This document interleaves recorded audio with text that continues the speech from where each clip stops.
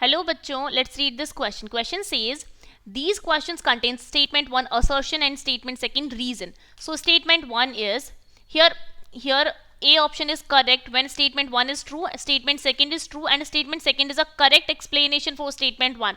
Option B is correct when statement 1 is true, statement second is true, but statement second is not a correct explanation for statement 1. Option C is correct when statement 1 is true, statement second is false, and option D is correct when statement 1 is false, statement second is true.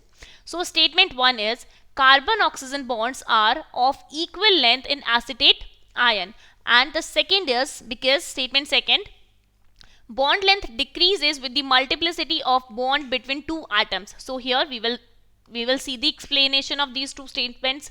So first statement is saying that carbon oxygen bonds are equal length in acetate ion. Acetate ion is CH3 COO minus, this is our acetate ion. तो क्या होता है कि हम यहाँ लिखते हैं हमारा की कॉन्सेप्ट. तो वो जो एसिटेट आयन है इसको हम ऐसे रिप्रेजेंट कर सकते हैं CH3 C double bond O negative. तो इसके अंदर हमें ना रेजोनेंस देखेंगे. तो रेजोनेंस क्या होगा, ये नेगेटिव चार्ज है, इसकी इलेक्ट्रॉन डेंसिटी इस बॉन्ड के पास जाएगी और ये कार्बन ऑक्सीजन डबल बॉन्ड की इलेक्ट्रॉन डेंसिटी ऑक्सीजन के ऊपर चल जाएगी.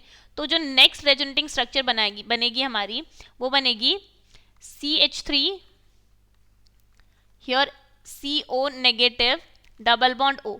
तो यहाँ पर हम देख सकते हैं कि ये दोनों जो रेजोनेटिंग स्ट्रक्चर्स हैं वो हमारे पास हैं इक्विवेलेंट रेजोनेटिंग स्ट्रक्चर.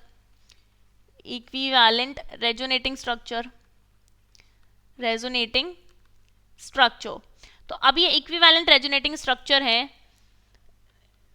है दैट मीन्स यहाँ पर दोनों सेम स्ट्रक्चर, तो दोनों जो CO ऑक्सीजन बॉन्ड है वो इक्वल होंगे क्योंकि रेजोनेंस प्रेजेंट है. अगर हम इनका रेजोनेंस हाइब्रिड बनाएंगे तो ये ऐसे बनेगा CH3 COO और यहाँ पर हम इसको ऐसे शो कर सकते हैं. ठीक है, तो यहाँ पर रेजोनेंस प्रेजेंट है मतलब डीलोकलाइजेशन ऑफ डबल बॉन्ड है, इसलिए बॉन्ड लेंथ इक्वल है. अभी इसका रीजन ये बोल रहा है कि bond length decreases with the multiplicity of bond between two atoms. So क्या है कि ये स्टेटमेंट तो करेक्ट स्टेटमेंट है बट ये इसका करेक्ट एक्सप्लेनेशन नहीं है, क्योंकि देखते हैं हम क्या होता है कि जो हम ट्रिपल बॉन्ड देखते हैं, एक C ट्रिपल बॉन्ड C की बात करते हैं हम, यहाँ पे मान लो यहाँ पर ये है हमारे पास, और एक हम C डबल बॉन्ड C की बात करते हैं, this is our C double bond C, और एक हम सिंगल बॉन्ड की बात करते हैं CCHHH.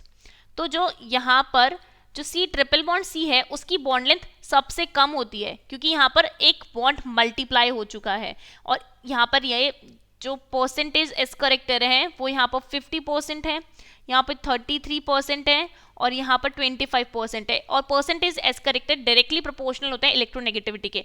तो यहाँ पर क्या होता है कि सबसे जो लीस्ट बॉन्ड लेंथ है वो इसकी होगी और सबसे ज़्यादा बॉन्ड लेंथ होती है सिंगल बॉन्ड की. तो ये ऑर्डर है हमारा बॉन्ड लेंथ का. ठीक है, तो दैट मीन्स स्टेटमेंट सेकंड तो करेक्ट है बट इसका करेक्ट एक्सप्लेनेशन नहीं है. Hence option B is the correct choice for this question. Hope you understood it well. Best of luck and thank you.